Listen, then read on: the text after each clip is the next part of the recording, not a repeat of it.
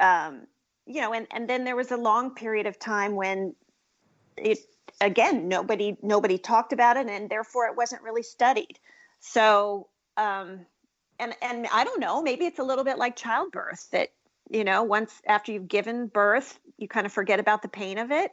Yeah. So women who have experienced it didn't really feel the need to talk about it. I mean, I don't know. There's a lot of reasons that could play into why it's such a taboo subject, but I'm working very hard to dispel that. Well, and I'm grateful for that. It's interesting for me. So I'm the oldest of 4 girls. I have 3 younger sisters, but our mom actually had a hysterectomy shortly after I was married. So I don't know, 1993, and I was 26 when I got married. So because my mom had a hysterectomy, she never went through menopause. So I didn't even have that. My mom is still here and she's still with us, but I couldn't go to her and say, well, what was that like, or what age? Because I believe, is it a little hereditary? Can you kind of go through the guidelines? Like if your mom went through it early, you're going to go through it early? I don't know that. I believe, yes, it is hereditary, but every woman experiences it a little bit differently. So, yes. For example, I went to my mom when I was really struggling. And, my mom was basically like, that's interesting because I just sailed right through it. So I didn't have the same experience that my mom had. So, I really think it is individual. I do think there's a lot of lifestyle factors that play into it as well. So, women who, for example, we know that women who smoke tend to go through menopause earlier than women who don't. Interesting. So I think just like almost anything these days, right? It could be partly genetics and then partly lifestyle as well. Well, like I said, I'm grateful that you're bringing a lot of this up to the surface just for that reason, because again, the person that you trust the most, right, is your mom, that you can go to these female questions with, and she would just say, I don't know. I didn't go through that. I didn't experience that. So I think the work that you're doing is very important for women like myself who want the answers to these questions and, what's next kind of thing. Now, what do I do? So, yeah. So what are some of the examples of actions that women can take to address their symptoms? Well, we already talked about, one of the categories, which is, the solutions that are prescribed by medical professionals, hormone therapy and other kinds of medicines. But then I also like to think about regardless of whether you choose hormone therapy or other medications, there are actions that you can take that not only are going to make a difference in how you experience menopause, but, will also contribute to your optimal health in all the years beyond menopause. So I group these into what I call cornerstones. There's 4 cornerstones, and those are sleep, stress management, nutrition, and movement. And those are the cornerstones that I coach around. And why these 4 areas?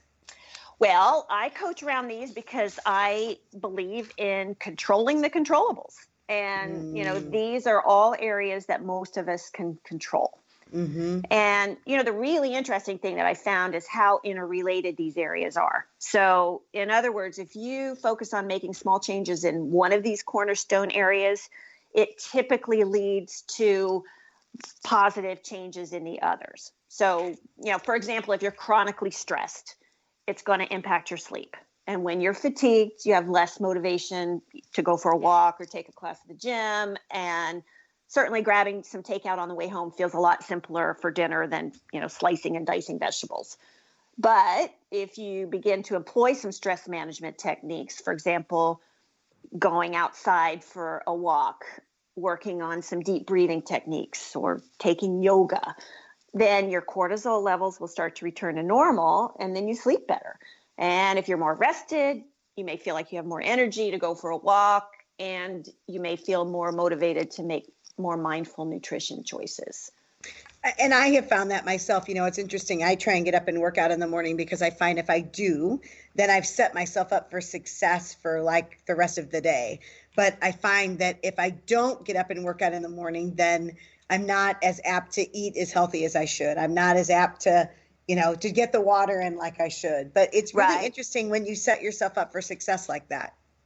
Right. And I think, the other thing to keep in mind is menopause itself is kind of a stressful time, and it's important to try to make mindful choices in one or more of these areas, but it's also important to be kind to yourself. I agree. So if you have one of those days that you were just describing where you don't get up in the morning and do your exercise, and maybe you don't eat as healthy as you would have liked to, that's okay. But it doesn't mean you're a failure, and it doesn't mean you can't do it. You can't start all over again the next day. So That's right. Just being sort of gentle to yourself and not, creating rules that you'll never be able to stick to on a regular basis. Tell me, share with me one of your success stories so far. I know you've done some coaching with women, and, I know you're blogging and stuff. Like, do you have a success story that you can share with us with a woman that you just kind of helped get to the other side? It's funny that you said that, to get to the other side, because actually that's one of my mentors uses that analogy for hormone therapy. She says it's great to use as a boat to get to the other side. So, it is. Sorry, that's just an aside.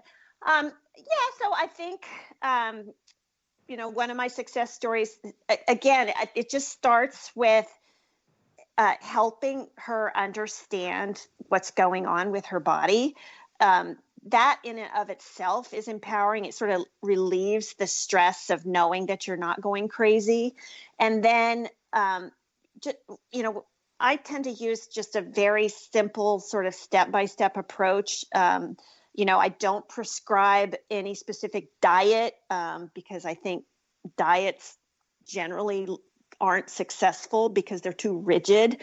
So, we just started with one simple step, which is, hey, how about, let's try to get 10 minutes of walking in the outdoors in every day. And then, hey, let's just try to make time for 5 minutes of, some mindfulness and some deep breathing to bring your cortisol levels down. And, each little step creates success, and then creates a little more motivation to want to try the next thing. So, so right now we're working on reducing the amount of processed foods and added sugars in her diet. And each step is resulting in just a little bit more confidence and a little bit more, I don't want to say happiness, but just, certainly she's happy, but it's just more that sort of that confidence and exuding more confidence in her daily life. Sure, she's got to be feeling better. And right. So because she feels better, then the ripple effect is that if she's working, she's a better employee. If she's a mom or a grandma, she's a better mom or grandma. So, you probably see the ripple effect of what you're doing because she feels better about where she's at right now. Exactly. So to learn more, what resources are available for women? Well, we've already certainly talked about one, which first and foremost is talk to your doctors, right, to discuss where you are, in your journey and determine whether or not hormone therapy or supplements might be appropriate. But beyond the 20 minutes that most of us have with our doctor, it might be helpful to seek out a coach, whether that's a health coach or a nutrition coach or a personal trainer or a menopause coach like me, who can provide, more personal education and support and accountability on a regular basis. And then I also suggest that the North American Menopause Society website, they've got some great information and tools and resources for women. Awesome. And where can our listeners find you? Well, my website is mymenopausenavigator.com. And then do you have like a Facebook group or anything either too? I sure do. And that is also My Menopause Navigator. Awesome. Well, we're almost out of time, Lori. Thank you so much for joining us today. I appreciate you taking the time to speak with me and to share the work that you do. If you have any questions or comments or would like to know more about the guest on our show today, or for more information about Hello Gorgeous, feel free to contact me at kbecker@hellogorgeous.org or visit our website at www.hellogorgeous.org. We invite you to follow us on Facebook, Instagram, or download our mobile app. Thank you for joining me today on Hello Gorgeous, Everything Beauty, Cancer, and Inspiration. I'm your host, Kim Becker. And until next time, stay gorgeous.